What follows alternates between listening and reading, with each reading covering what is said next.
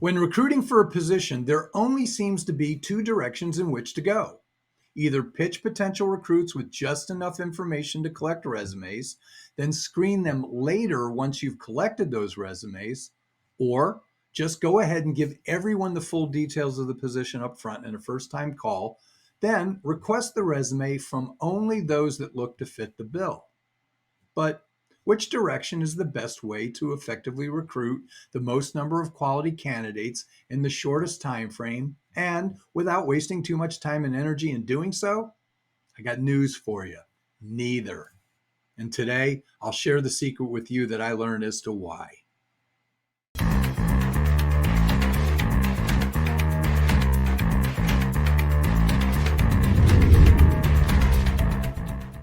Hi, I'm Chuck Windish. After 30 plus years of incredible recruiting success, I've decided to share secrets, everything I wish I knew early in my career to help you get to earning the incredible income that comes with our outstanding profession.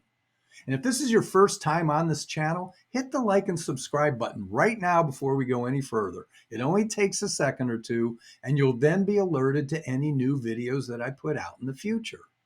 Watch, see, like, subscribe. That's it, 2 seconds. It's important, do it. So listen, which of the two directions do you take when initially pitching a job to a potential recruit? The first, and this is the direction I got in the habit of taking in my early days of recruiting, which was to save time on each phone call, giving just the minimum amount of information about the position to the person you're trying to recruit. And I get it. We often work within tight deadlines or are racing against others that we're competing with in our vertical space. So the end goal is to collect as many resumes as possible with the intention of reviewing them after those initial recruit calls are made. Theory being that by then narrowing down the resumes to a short list of people that seem to measure up, you can then discuss full details later on the next call. Hey, Linda, this is Chuck Windish. I'm a recruiter. I have this fantastic job that I think you're really going to love. I need the kind of person who does this, this, and this. Interested? Great. Send me a resume and your salary requirements, and I'll get back to you.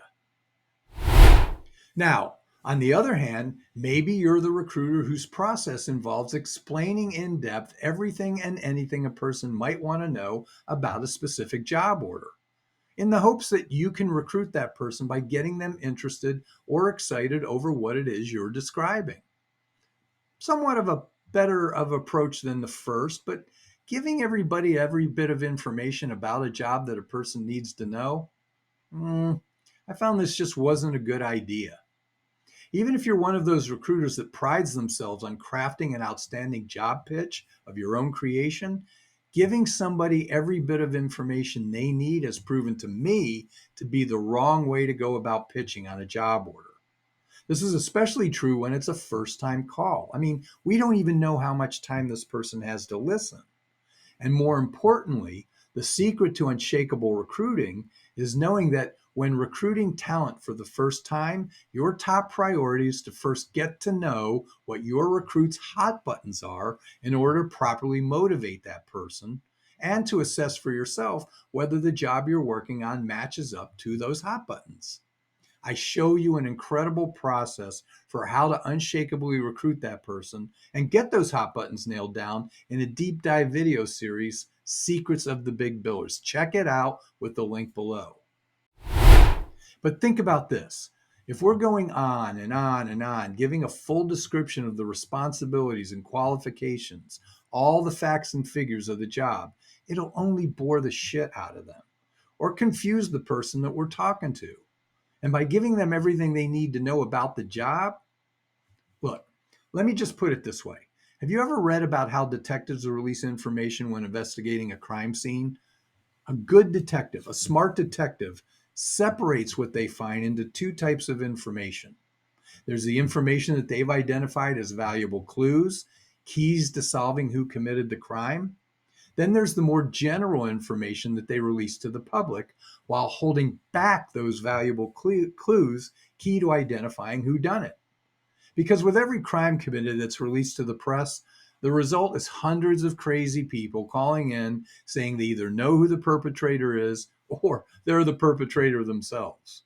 So if there's nothing hidden from the public, those crazies will call in because they have that knowledge of all those key clues and will tend to mold themselves around this information.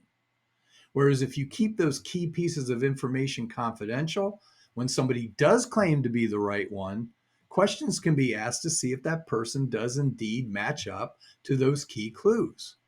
If the person's the right one, the detective will be able to identify that information. If the person isn't the right one, the potential suspect won't be able to mold themselves around the clues, which then saves the detective a whole bunch of wasted time and energy. The same technique applies to the people that you recruit. If you give too much information out to them, recruits, in their best interest and because they're motivated to want the job, will tend to mold themselves around the position in order to move forward with your interview process. By going in this direction, you stand a good chance of taking that recruit a good deal of the way through your interviewing process, only to find out later they were not quite right for the job. Again, wasted time and energy. Make sense? Now, you may be thinking, okay, I get it. So, what's wrong with me being the recruiter, giving just a little bit of information to get the resumes I need? I mean, if the person responds positively to my call and I say to them, then send me a resume, I can get more calls in, more resumes in, and then I can review the resumes later to see whether I should even talk to them any further. Doesn't that save me time and allow me to get hold of more people? What's wrong with that? Well, I admit I was one of those people in the beginning. I thought I was saving a lot of time by keeping the call short, just getting the right banter down enough to where people would send me their resumes, and I could then decide what to do from there. But wow, did it lose me more valuable time than if I was handling my recruiting process differently. And more importantly, it lost me a whole lot of people I could have successfully recruited. Here's why. If you get your pitch down pat and have that charming personality that most of us recruiters tend to have to be able to do this job, you can get just about anyone to send you in a resume. But it wasn't too long before I saw that everyone who sent me a resume wasn't necessarily genuinely interested in the job I was calling them about. You know, some people can be like sheep and follow whatever it is you tell them you'd like them to do.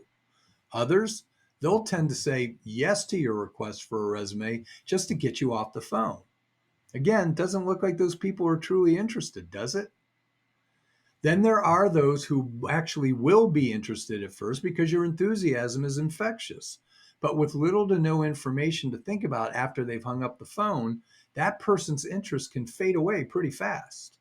And then how many times are you calling them back, trying to track them down when you're wanting to follow up? Lost time, lost candidates. Listen, I want you to be amazing to the people you reach out to with your search assignments. I want you to be memorable. I want your people to say to themselves and others, now that's a recruiter I want on my side all the time. So incorporate the following into your recruiting process. There are only two types of information that you need to have. One, the information you glean from your client that you will keep to yourself to effectively screen and evaluate whether your client would seriously consider hiring that recruit. Like the smart detective, that's the information you need to look unshakable in your client's eyes. And two, just enough information to effectively pitch your job to motivate your recruit to become genuinely interested. That's the information they need for you to look unshakable in your recruit's eyes. They will then want to give you the time and the cooperation necessary for you to further inquire and compare what their skill sets are to the confidential information you held back. That is, everything you need to know to determine whether you'll present that person to your client. And again, if you want to deep dive into how to do both, there's a link to my video series in the notes below. It'll save you a whole lot of wasted time and energy that I went through wishing I had these secrets years ago. And I will see you in the next video.